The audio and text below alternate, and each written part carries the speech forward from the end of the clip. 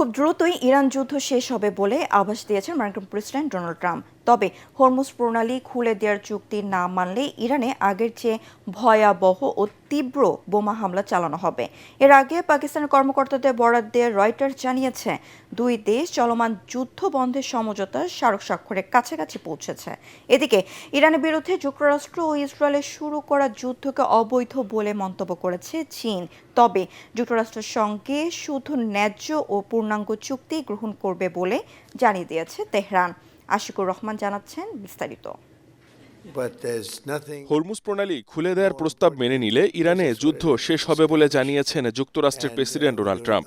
Truth সোশ্যালে দেয়া এক পোস্টে ট্রাম্প জানান, ইরান রাজি হলে এপিক ফিউরি অভিযানের সমাপ্তি ঘটবে। তখন হরমুজ প্রণালীতে নৌ অবরোধ তুলে তা সবার জন্য উন্মুক্ত করে দেয়া হবে। ট্রাম্প সতর্ক করে বলেন, যদি ইরান রাজি না হয় তবে আবারও বোমা হামলা শুরু হবে। Do that, we'll have to go a big step further. But with that being said, they want to make a deal. We've had very good talks over the last 24 hours. এর আগে মধ্যস্থতাকারী দেশ পাকিস্তানের কর্মকর্তাদের বরাত দিয়ে রয়টার্স জানিয়েছে, যুক্তরাষ্ট্র ও ইরানের মধ্যে চলমান যুদ্ধ বন্ধে দুই পক্ষই সমঝোতা স্বাক্ষরের কাছাকাছি পৌঁছেছে, যা অনেকটাই চূড়ান্ত পর্যায়ে রয়েছে।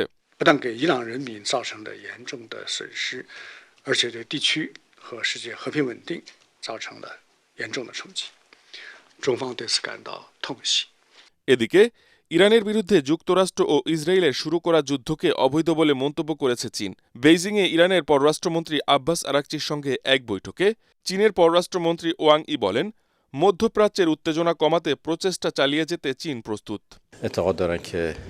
ایران بعد از جنگ متفاوت از ایران قبل از جنگ هست و یک ارتقاء وضعیت بین‌المللی پیدا کرده، توانمندی‌های خودش رو و اقتدار خودش رو به اثبات رسونده. بنابراین دوره جدیدی از همکاری‌های بین ایران অন্যদিকে ইরান যুক্তরাষ্ট্রের সঙ্গে শুধু একটি ন্যায্য ও পূর্ণাঙ্গ চুক্তি গ্রহণ করবে বলে জানিয়েছে দেশটির পররাষ্ট্রমন্ত্রী আব্বাস আরাকচি। বৈঠকে আরাকচি ওয়াশিংটনকে স্পষ্ট বার্তা দিয়ে বলেছেন, ইরানের স্বার্থ রক্ষা করে এমন স্থায়ী ও ন্যায়সঙ্গত সমাধান ছাড়া তেহরান কোনো কিছু মেনে নেবে না। এ সময় চীনের দৃঢ় অবস্থানের জন্য বেইজিংকে ইরানের ঘনিষ্ঠ বন্ধু বলে ধন্যবাদ জানান Abbas Araghchi. Ashikur Rahman, ATN Bangla.